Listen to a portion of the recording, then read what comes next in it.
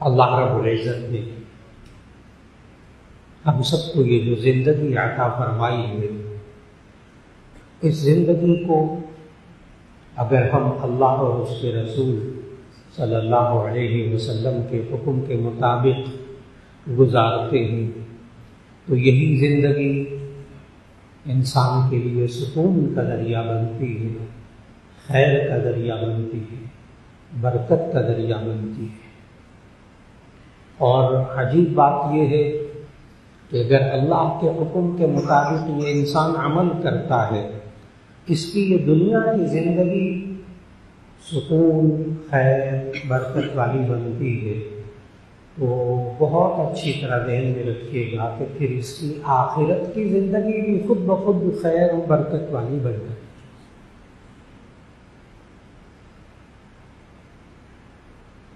اور اگر انسان اللہ کے حکم کے خلاف زندگی گزارے، یہ والی دنیا میں یہ بھی بے سکون، اور آخرت میں بھی بے سکونی والی زندگی، آخرت میں بھی خیر والی زندگی نہیں ہو سکتی، اس لیے کہ اس میں یہ والی زندگی اللہ کے حکم کے مطابق نہیں گزاری۔ بعض لوگ کہتے ہیں، بار بار آپ نے سنا، آیتوں میں بھی سنا، احادیث میں بھی سنا، کہ انسان کو اس زندگی میں آخرت کی فکر کرنی چاہیے۔ بار بار آپ نے سنا اس دنیا کی زندگی میں آخرت کی فکر کرنی چاہیے، تو انسان بسا اوقات یہ باتیں سن سن کر ذہن میں یہ لاتا ہے کہ اس دنیا میں ہم سکون سے نہیں رہ سکتے، مولانا کچھ ہمیں یہاں دنیا میں بھی آرام سے زندگی گزارنے ہیں۔ وہ اس پتہ کیا سمجھتے ہیں، وہ لوگ یہ سمجھتے ہیں، بار بار سن کے نا بس آخرت کی فکر کرنی چاہیے۔ وہ لوگ یہ سمجھتے ہیں کہ دنیا کی زندگی میں بس مصیبتیں پالو، اپنے آپ کو پریشان رکھو، دکھوں میں رکھو، غلا رکھو، تو تب کہیں جا کے آخرت بنتی ہے۔ نہ انسان کھائے، نہ پیے، نہ بیوی بچوں کے ساتھ زندگی گزارے، نہ ہنسے، نہ بولے، بس آخرت کی فکر۔ بہت عجیب سوچ ہے یہ والی، بہت عجیب سوچ ہے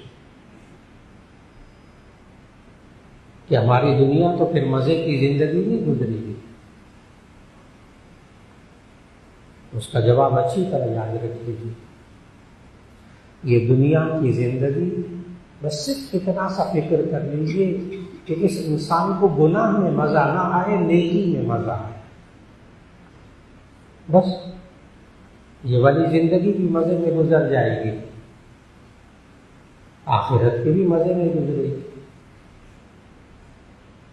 اور گناہ کے مزوں میں یہ زندگی میں پڑا رہا تو آخرت میں پھر تباہی ہے۔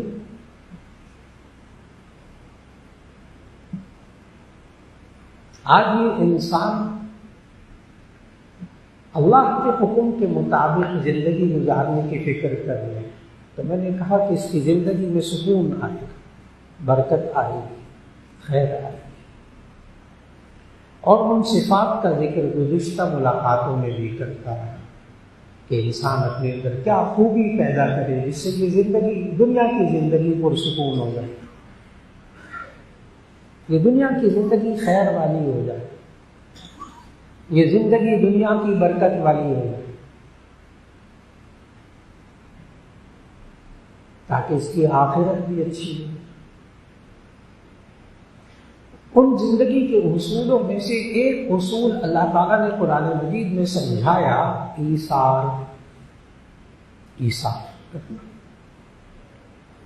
یہ ایثار عربی زبان کا لفظ قرآن مجید میں آیا، وَيُؤْثِرُونَ عَلَىٰ أَنفُسِهِمْ وَلَوْ كَانَ بِهِمْ خَصَاصَةٌ۔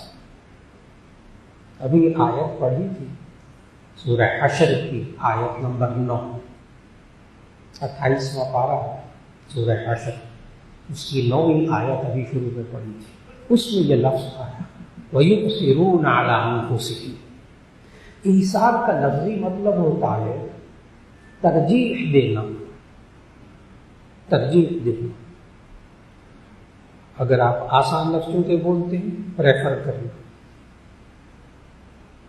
اپنی ضرورت، اپنے تقاضے کو دبا کر دوسرے کی ضرورت کو پورا کر دینا، اس کو ایثار کہتے ہیں۔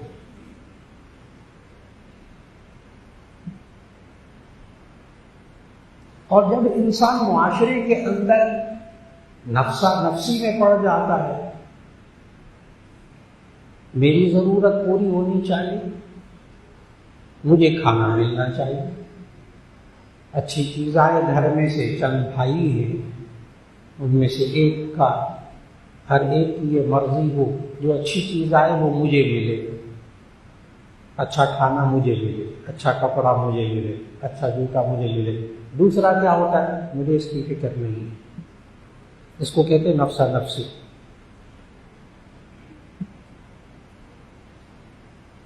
یہ آپ کو سڑکوں پہ بھی نظر آتا ہے، میں گزر جاؤں باقی کی خیر،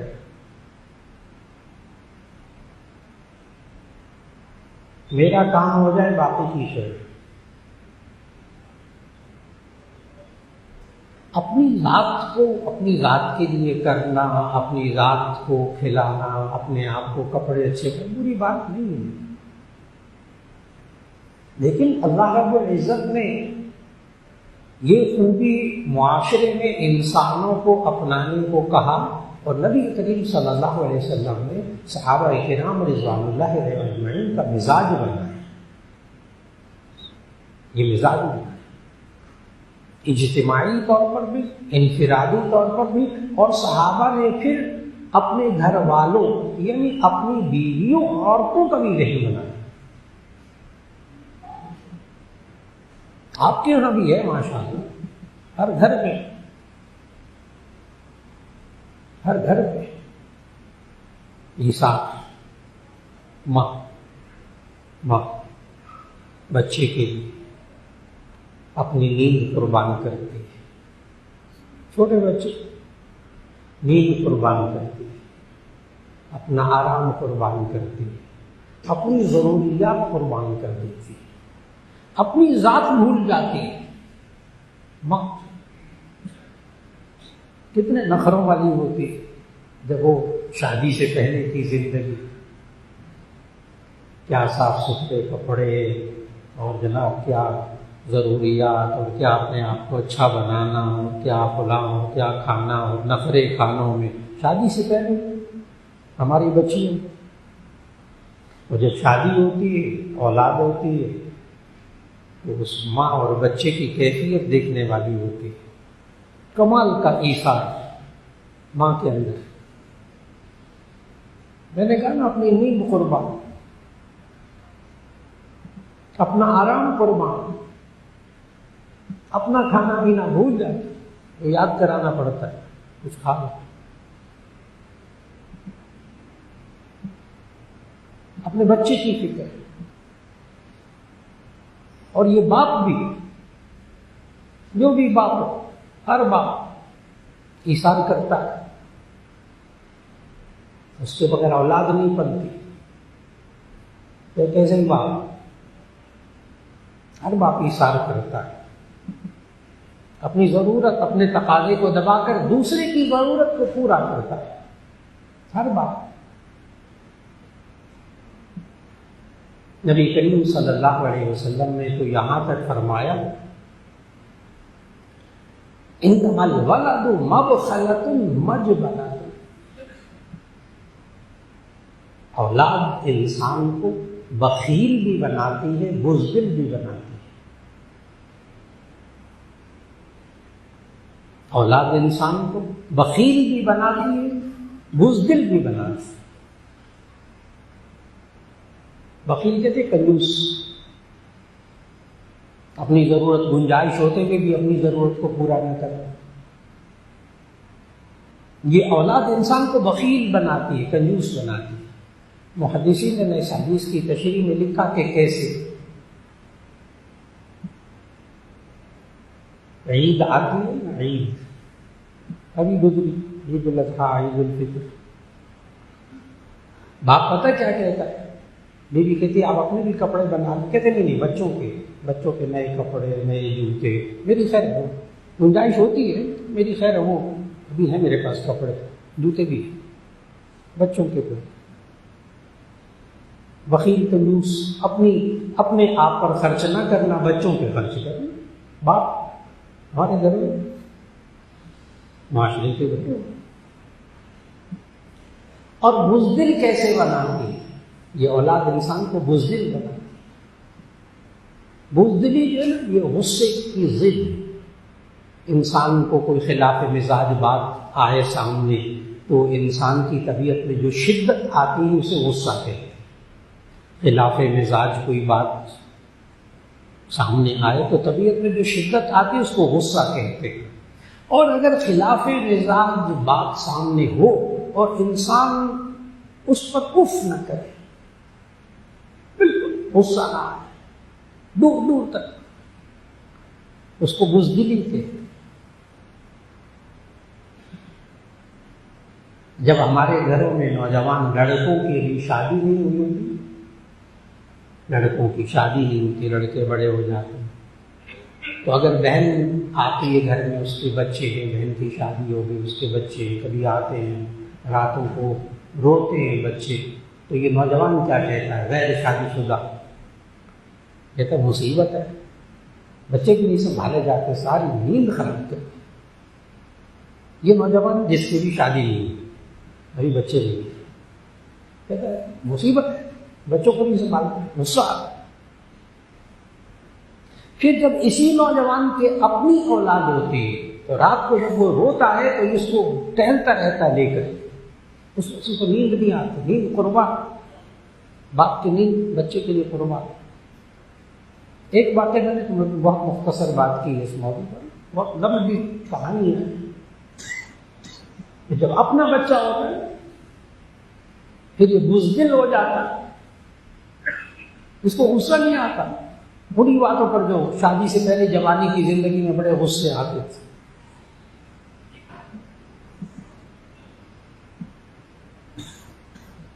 یہ انسان کو اولاد بخیل بھی بناتی ہے، بزدل بھی بناتی ہے، اس وجہ سے کہ ماں باپ کے اندر ایثار آتا ہے، قربانی آتی ہے. وہ اپنی ضرورت کو قربان کر دیتے، اپنی نیند کو قربان کر دیتے، دوسرے کی ضرورت کو پورا کر دیتے.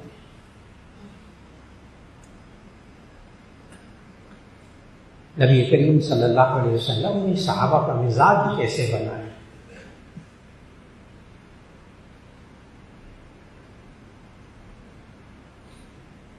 کہ حضرت ابو طلحہ رضی اللہ تعالیٰ نبی صلی اللہ علیہ وسلم تشریف فرما تھے، صحابہ بیٹھے ہوئے تھے، شام کا وقت تھا،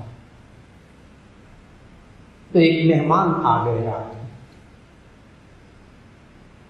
یہ بخاری شریف اور مسلم شریف دونوں میں یہ حدیث ہے، متفق علیہ حدیث. رات کو مہمان آ گئے، نبی صلی اللہ علیہ وسلم سب سے پہلے اپنے گھروں میں پوچھوایا کہ کچھ کھانے کو ہے، تو نبی صلی اللہ علیہ وسلم کے اپنے گھروں سے آیا کہ نہیں اس وقت کھانے کو کچھ نہیں. پھر صحابہ سے پوچھا تو حضرت ابو طلحہ رضی اللہ تعالیٰ عنہ ایک انصاری صحابی کھڑے ہو گئے، کہنے کہ یا رسول اللہ میں ان کو مہمان بنا کر گھر لے جاتا ہوں.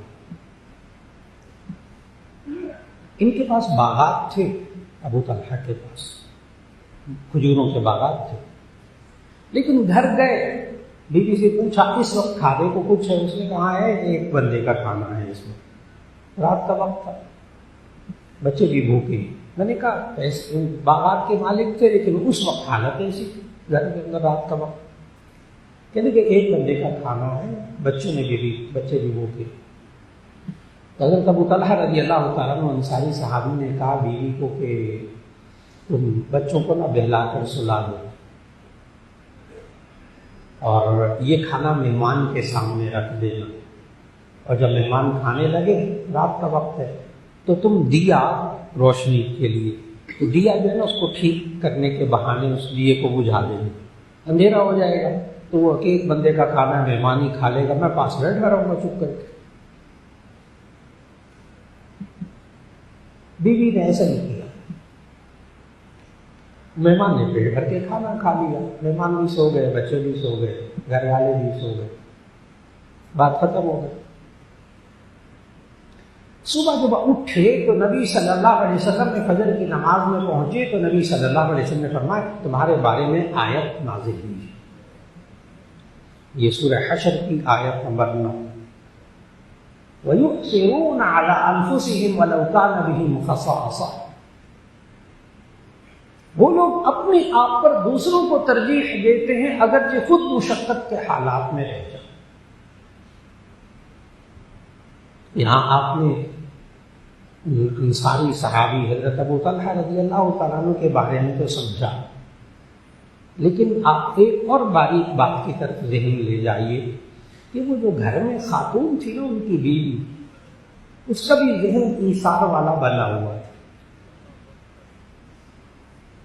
اس کا ذہن بھی ایثار والا بنا ہوا ہے، ورنہ شوہر گھر میں مہمان لے کر جائے، رات کو ایک بندے کا کھانا ہو، بچے بھوکے ہوں، عورت کو کہا جائے بس ٹھیک ہے بچوں کو بلا کے سلا دو، مہمان جو ہے نا اس کو کھانا کھلانا، بیوی تو تماشا لگا دے گی، تم بچوں کے حقوق پورے نہیں کرتے، ہمارے بچے بھوکے سو جائے تمہارے مہمانوں کو کھانا مل جائے، ہاں، اور میں بھی بھوکی سو جاؤں تمہارے مہمانوں کو پیٹ بھر کے کھانا مل جائے۔ نہیں، اس نے کچھ نہیں کہا، معلوم ہے بیوی کا بھی ذہن بنا ہوا۔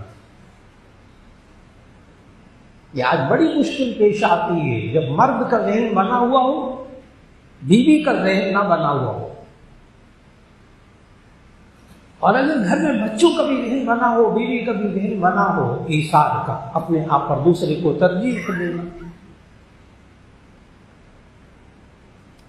چھوٹی چھوٹی مثالیں گھروں کے اندر چند بھائی ہوتے،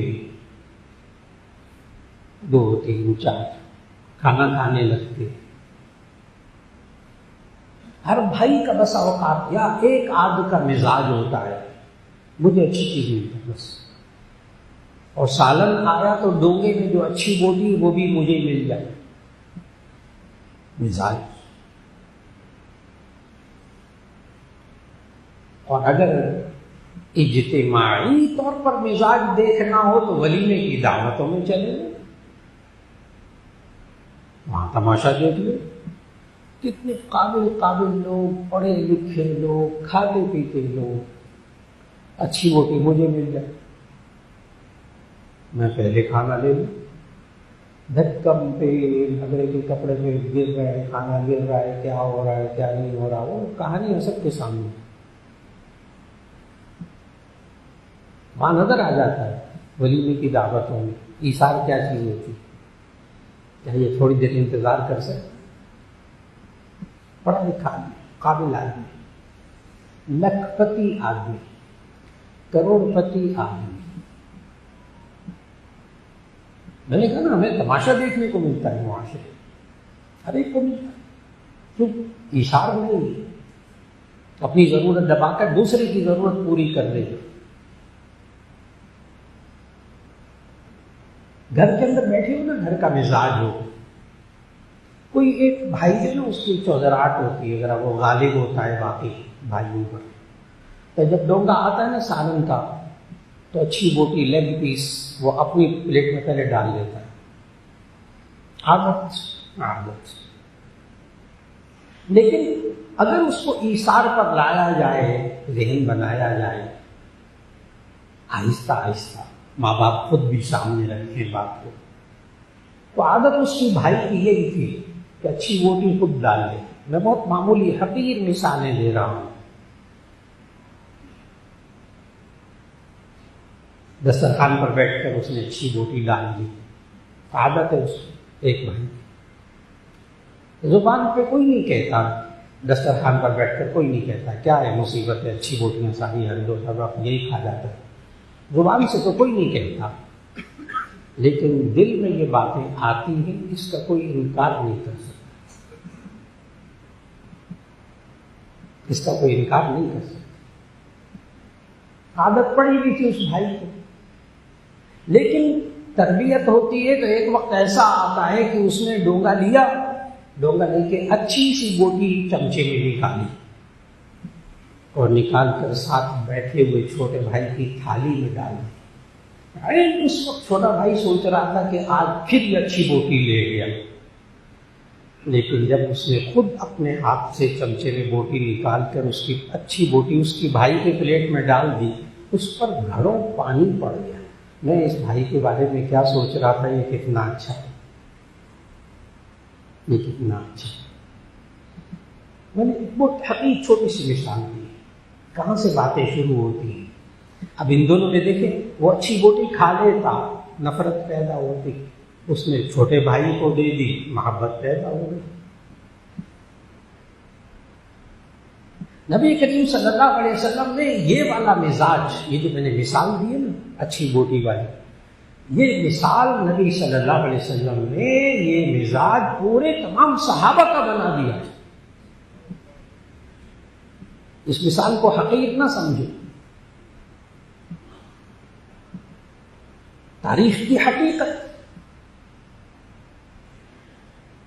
مسلمانوں کے پاس جب نبی صلی اللہ علیہ وسلم ہجرت کر کے تشریف لائے تو نبی صلی اللہ علیہ وسلم اور صحابہ نے وہاں پر مدینے میں پہنچ کر جو ایک خاص عمل ہوا تھا، وہ آپ بہت اچھی طرح جانتے ہیں کہ اسے مواخات کہتے ہیں، بھائی چارہ، ایک دوسرے کا بھائی بھائی بنایا۔ ہر مہاجر کو دوسرے انصار صحابی، انصار ناصر کی جمع ہے، مددگار، مددگار، تو ہر مہاجر صحابی کو نبی صلی اللہ علیہ وسلم نے ایک انصاری صحابی کا مددگار بنایا، مواخات قائم فرمائی، بھائی چارہ، بھائی بھائی بنا دی۔ اس بھائی بھائی بنانے سے، اس اخوت سے ظاہر ہے ان انصار صحابہ نے ایثار کیا، یعنی اپنی ضرورت، اپنے تقاضوں کو دبا کر دوسرے مہاجر صحابہ کے ساتھ تعاون کیا، یہاں تک تعاون کیا کہ اپنے کاروبار میں شریک کر لیا، اپنے باغات میں شریک کر لیا، کام کاج میں، اپنے گھروں میں ان کو جگہ دی۔ ظاہر ہے مہاجر صحابہ کے پاس نہ گھر تھا، نہ کچھ، نہ پیسہ تھا۔ ایک صحابی نے تو یہاں تک دوسرے صحابی کو کہا، حدیث میں موجود، مہاجر صحابی کو کہا، اب میری نا 2 بیویاں ہیں، ایثار بھی تو سمجھے، اپنی ضرورت دبا کر دوسرے کی ضرورت کو پورا کرنا۔ کہنے لگے میرے پاس 2 بیویاں ہیں، میں ایک بیوی کو طلاق دے دیتا ہوں، وہ عدت گزار کر آپ سے شادی کر لے گی، ایک میری بیوی، ایک آپ کی بیوی۔ یہاں تک اگرچہ ان صحابی نے پھر یہ قبول نہیں کیا، ماشاء اللہ، اہلا وسہلا، مرحبا مرحبا، ماشاء اللہ، حیاک اللہ، حیاک اللہ،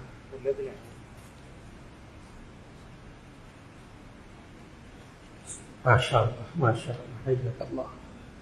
اللہ تعالیٰ صحت عافیت سے سلامت رکھے، کامل صحت عطا فرمائے۔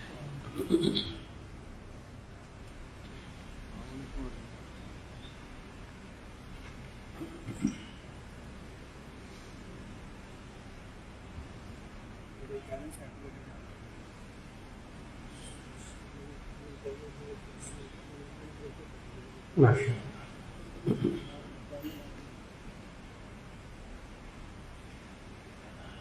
تو عرض کر رہا تھا کہ نبی صلی اللہ علیہ وسلم جب تشریف لائے مکہ سے ہجرت کر کے مدینہ شریف، تو ایک ایک مہاجر صحابی کو ایک ایک انصار کا بھائی بنایا، گھروں میں شریک کیا، کاروباروں میں شریک کیا، باغات میں کام کاج میں شریک کیا، یہاں تک کہ ایک صحابی نے کہا کہ میرے پاس 2 بیویاں ہیں، میں ایک بیوی کو طلاق دے دیتا ہوں، وہ عدت گزار کر آپ سے شادی کر لیں گے، ایک بیوی میری، ایک آپ۔ ان صحابی نے کہا نہیں، بس آپ اللہ کو مبارک فرمائیں، مجھے بازار کا راستہ دکھا دیں، میں خود جا کر کماتا ہوں، کما کر میں خود شادی کروں گا۔ ایسا ہی کیا انہوں نے۔ مدینہ نے معاشی طور پر اتنی ترقی کی اس اخوت اور اس ایثار کی وجہ سے کہ خود سوچیں، جس کاروبار کو کرنے میں پہلے 2 بندے تھے، وہاں 4 اور 8 ہو گئے، جہاں باغ میں کام کرنے والے 2 بندے تھے، وہاں 4، 6، 8 ہو گئے، مدینہ میں معاشی ترقی کی، اس ایثار کی وجہ سے ان صحابہ نے ایثار کیا۔ اور پھر اس کے بعد مسلمانوں کے پاس جو سب سے زیادہ مال و دولت آیا ہے وہ آیا ہے غزوہ خیبر کے بعد اور بنو نذیر کے اموال، یہودی قبیلے بنو قریظہ، بنو نذیر، سب سے زیادہ مال مسلمانوں کے پاس مال غنیمت اس وقت آیا۔ تو نبی صلی اللہ علیہ وسلم نے انصار صحابہ کو بلایا، سرداروں کو، ان کے بڑوں کو، اور بلا کر فرمایا کہ دو صورتیں ہیں، دو تجاویز ہیں، ان میں سے کوئی ایک اختیار کر لیں۔ اب ایثار کو سمجھیے گا، اپنی ضرورت، اپنے تقاضوں کو دبا کر دوسری کی ضرورت پوری ہو جائے۔ تو نبی صلی اللہ علیہ وسلم نے ان صحابہ کے سامنے دو تجویزیں رکھی۔ نمبر ایک، نبی صلی اللہ علیہ وسلم نے فرمایا کہ اب مسلمانوں کے پاس خوب مال و دولت آ گیا ہے، تو یہ تمام صحابہ میں، انصار بھی، مہاجرین میں، سب نے بھی حصوں میں تقسیم کر دی، اور تقسیم کرنے کے بعد انصار اور مہاجر ساتھ ساتھ اسی طرح مل جل کر رہے، مل جل کر کاروبار کریں۔ ایک تجویز تو یہ کہ یہ مال و دولت سارا انصار، مہاجرین سب میں تقسیم ہو جائے برابر برابر، اور پھر مہاجرین پہلے کی طرح انصار کے ساتھ رہیں۔ نبی صلی اللہ علیہ وسلم نے دوسری تجویز یہ دی کہ دوسری تجویز یہ ہے کہ یہ مال جو اب مسلمانوں کے پاس آ گیا ہے یہ مہاجرین میں تقسیم ہو جائے سارا، تاکہ وہ اسٹیبل ہو جائے، ان کی معاشی حالت اچھی ہو جائے۔ تو یہ سارا مال مہاجرین میں تقسیم ہو جائے، انصار کو کچھ نہ ملے، اور مہاجرین الگ زندگی گزاریں، الگ گھر بنائیں، الگ کاروبار کریں، اور انصار اپنا پہلے کی طرح الگ کاروبار کریں۔ دو تجاویز دونوں ذہن میں رکھیے گا۔ ایک تجویز تو یہ تھی کہ یہ سارا مال مہاجرین انصار سب میں برابر تقسیم ہو جائے اور پہلے کی طرح مہاجر ساتھ رہے۔ دوسری تجویز کہ یہ مال مہاجرین کو صرف دے دیا جائے اور وہ اپنی زندگی مستقل گزارے، اور انصار الگ زندگی گزارے، مدینہ کے جو انصار۔ نبی صلی اللہ علیہ وسلم دو تجویزیں دی۔ اس مجلس میں، حدیث میں موجود اس مجلس میں دو صحابہ انصاری سردار، حضرت سعد بن معاذ رضی اللہ تعالی عنہ اور حضرت سعد بن عبادہ رضی اللہ تعالی عنہ، سعدین، دو سردار کھڑے ہوئے اور عرض کیا، یا رسول اللہ صلی اللہ علیہ وسلم، ہماری ایک تیسری تجویز ہے، اگر آپ قبول فرمائیں، ہماری ایک تیسری تجویز بھی ہے، اور وہ تیسری تجویز یہ ہے کہ یہ سارا مال آپ مہاجر صحابہ کو دے دیں، ان میں تقسیم کر دیں، یہ سارا مال مہاجر صحابہ کو دے دیں، اور یہ مہاجر انصار ہم سب مل کر پہلے کی طرح ہمارے ساتھ زندگی گزارتے رہے، سارا مال مہاجر صحابہ میں دے دیں، اور یہ پھر بھی پہلے کی طرح ہمارے ساتھ رہے۔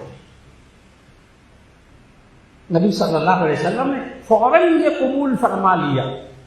اب مفسرین لکھتے ہیں کہ ایک بار پھر یہ ایثار والی آیت پوری نازل ہوئی، والذین تبوأوا الدار والایمان من قبلهم يحبون من هاجر الیہم ولا یجدون فی صدورهم حاجة مما اوتوا ویؤثرون على انفسهم ولو كان بهم خصاصة ومن یوق شح نفسه فاولئک هم المفلحون۔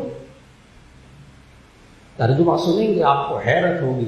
آیت نازل ہوئی ہے پھر ان صحابہ کے بارے میں نے کہا نبی صلی اللہ علیہ وسلم نے ایثار، اپنے آپ پر دوسرے کی ضرورت کو ترجیح دینا، اپنی ضرورت کو قربان کر دینا، یہ تمام صحابہ کا مزاج بنایا تھا، پھر اس معاشرے میں سکون آیا تھا۔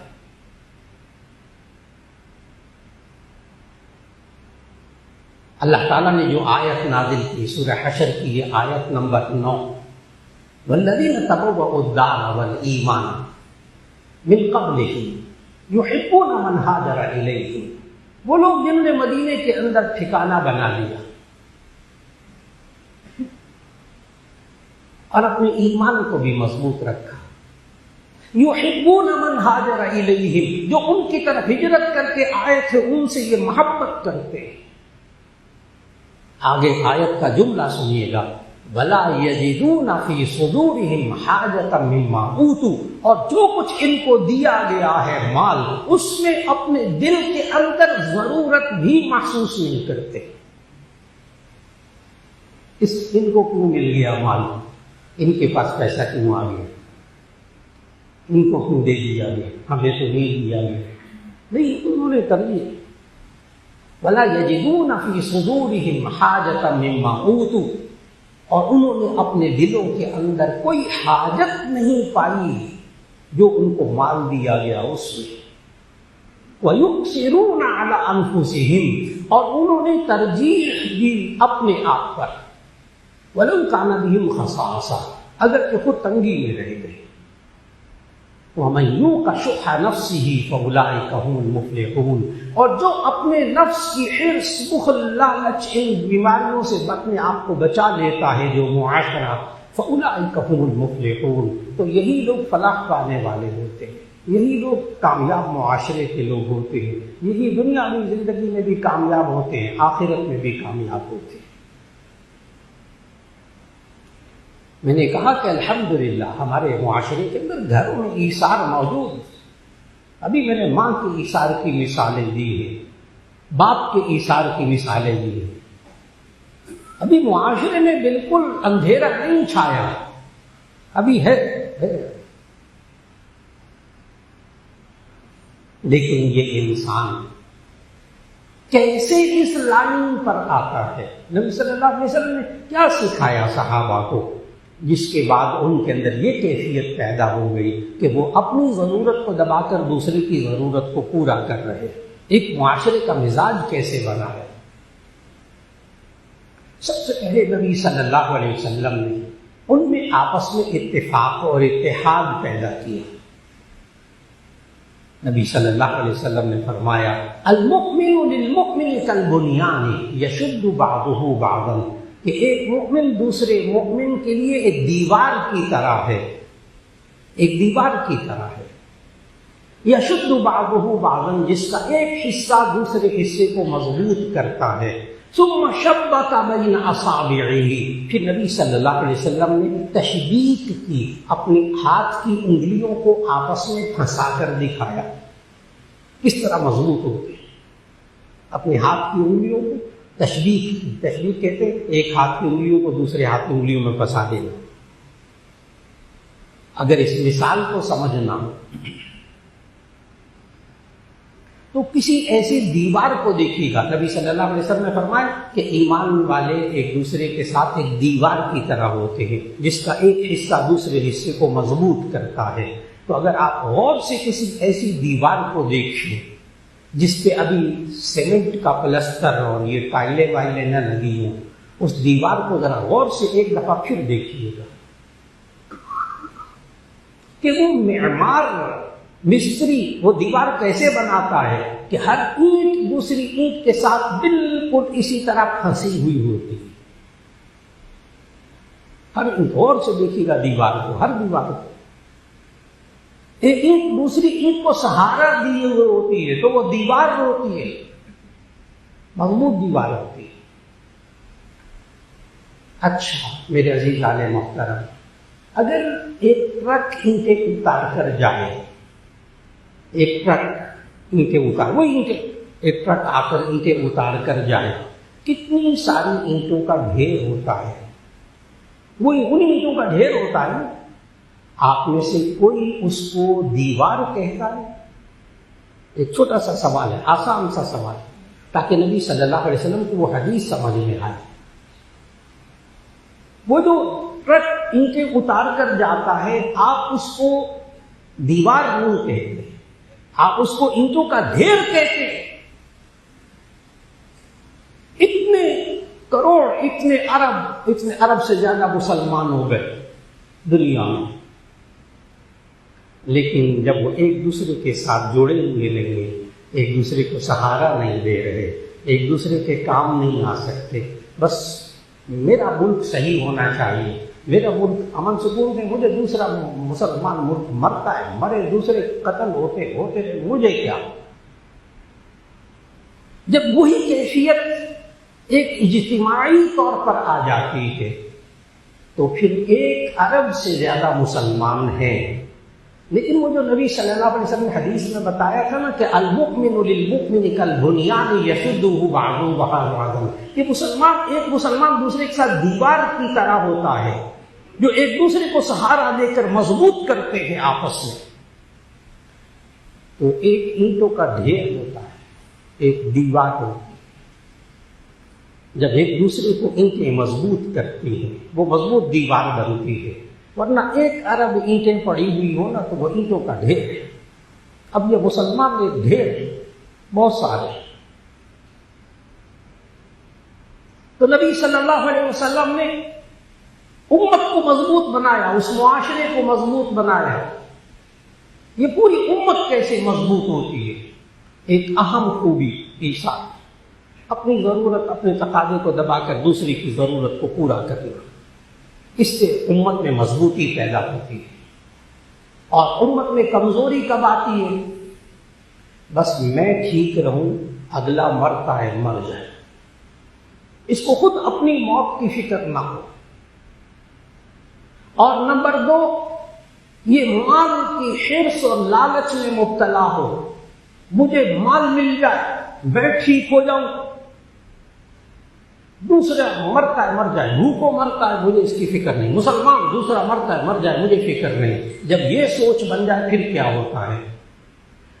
کئی دفعہ سوچتے ہیں ہمارے مسلمان بھائی ایسا کیوں ہوتا ہے کہ اتنے سارے مسلمان ہیں، اس کے باوجود لوگ ان کے ساتھ اتنا برا سلوک کرتے ہیں، ایسا کیوں ہوتا ہے؟ مشکوٰۃ شریف میں حدیث موجود ہے، نبی صلی اللہ علیہ وسلم بہت پہلے یہ باتیں بتا دی تھی. نبی صلی اللہ علیہ وسلم نے فرمایا ایک وقت ایسا آئے گا کہ اس امت مسلمہ کی طرف لوگوں کو دعوت دی جائے گی کہ آؤ ان کو کھا جاؤ. مسلمانوں کے اوپر ایک ایسا وقت آئے گا کہ کہا جائے گا ان مسلمانوں کو کھا جاؤ. نبی صلی اللہ علیہ وسلم نے مثال بھی بڑی عجیب و غریب دی ہے اس حدیث میں. پتہ کیا؟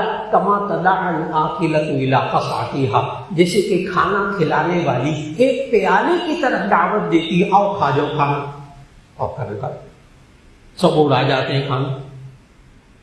بڑی عجیب مثال دی ہے، 100% سچی مثال ہے. آؤ کھا جاؤ مسلمان. کما تدع العاقلۃ الی قصعتها، جیسے کہ کھانا کھلانے والی پیالے کی طرف بلاتی ہے، اس طرح امت مسلمہ کی طرف لوگوں کو دعوت دی جائے گی، آؤ ان کو کھا جاؤ.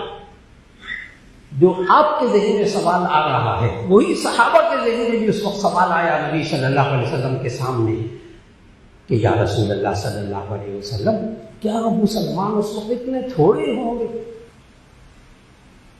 اتنے تھوڑے سے رہ جائیں گے کہ کہا جائے گا ان کو کھا جاؤ؟ صحابہ کے ذہن میں بھی یہی سوال آیا. یہ کیوں ہوگا کہ ہم اتنے تھوڑے مقدار میں ہو جائیں گے، اتنی تھوڑی تعداد میں کہ کہا جائے گا ان کو کھا جاؤ؟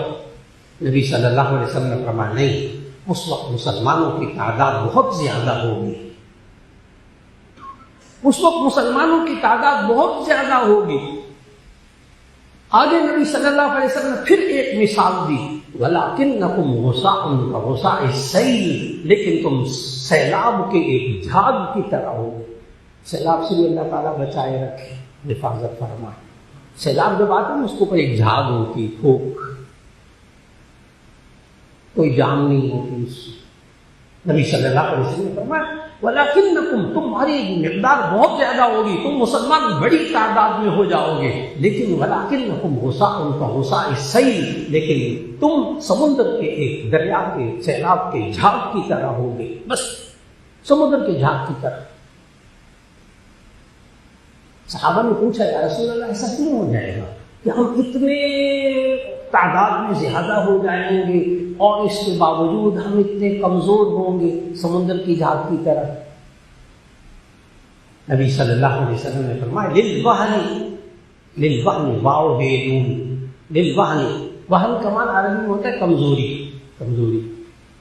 للوہن نبی صلی اللہ علیہ وسلم نے امت مسلمہ میں نا ساری امت میں مسلمانوں میں کمزوری آ جائے. صحابہ کو وہن کا ترجمہ آتا تھا. وہن کا مطلب کمزوری. صحابہ نے پھر پوچھا یا رسول اللہ صلی اللہ علیہ وسلم وہ کمزوری کیا؟